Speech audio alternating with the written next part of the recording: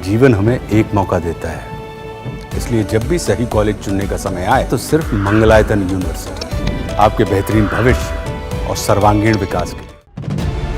प्रधानमंत्री नरेंद्र मोदी अमेरिका की 2 दिवसीय यात्रा के बाद आज भारत वापस लौट रहे हैं।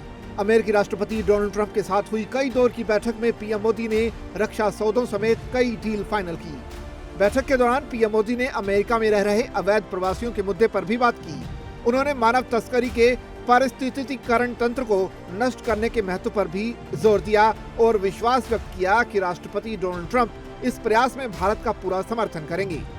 न्यूज एजेंसी एएनआई के मुताबिक द्विपक्षीय वार्ता के बाद मोदी ने राष्ट्रपति ट्रंप के साथ संयुक्त प्रेस कॉन्फ्रेंस में एक सवाल का जवाब देते हुए कहा कि अवैध रूप से रह रहे ज्यादातर लोग सामान्य परिवारों से हैं और मानव तस्करों द्वारा गुमराह किए गए हैं। सवाल सिर्फ भारत का नहीं है, वैश्विक रूप से हम इस मत के हैं कि गैर कानूनी तरीके से जो लोग दूसरे देशों में होते हैं उनको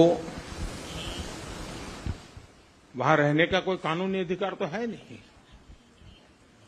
जहां तक भारत और अमेरिका का सवाल है, हमने हमेशा कहा है कि जो वेरीफाइड होगा, कि जो सच्चे अर्थ में भारत का ही नागरिक होगा, वो अगर अमेरिका में गैर कानूनी तरीके से रहता है तो उसको वापस लेने के लिए भारत तैयार है। लेकिन बात हमारे लिए वहां से रुकती नहीं है।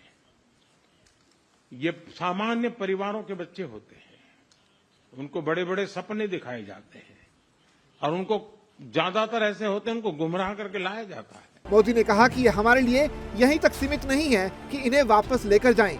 ये सामान्य परिवारों के लोग हैं, उन्हें बड़े बड़े सपने दिखाए जाते हैं और उनमें से ज्यादातर ऐसे होते हैं जिन्हें गुमराह करके यहाँ लाया जाता है। इसलिए हमें मानव तस्करी की इस पूरी व्यवस्था पर हमला करना चाहिए। साथ मिलकर अमेरिका और भारत का प्रयास होना चाहिए कि इस तरह के नेक्सस को जड़ से नष्ट किया जाए ताकि मानव तस्करी खत्म हो। पीएम ने आगे कहा कि हमारी बड़ी लड़ाई उस पूरे नेक्सस के खिलाफ है और हमें विश्वास है कि राष्ट्रपति ट्रंप इस नेक्सस को खत्म करने में भारत का पूरा सहयोग करेंगे। बता दें कि अमेरिका ने हाल ही में 100 से ज्यादा भारतीयों को अवैध प्रवासी बताते हुए सैन्य विमान से वापस भेजा है, जिसके बाद भारत में राजनीतिक विवाद खूब छिड़ गया।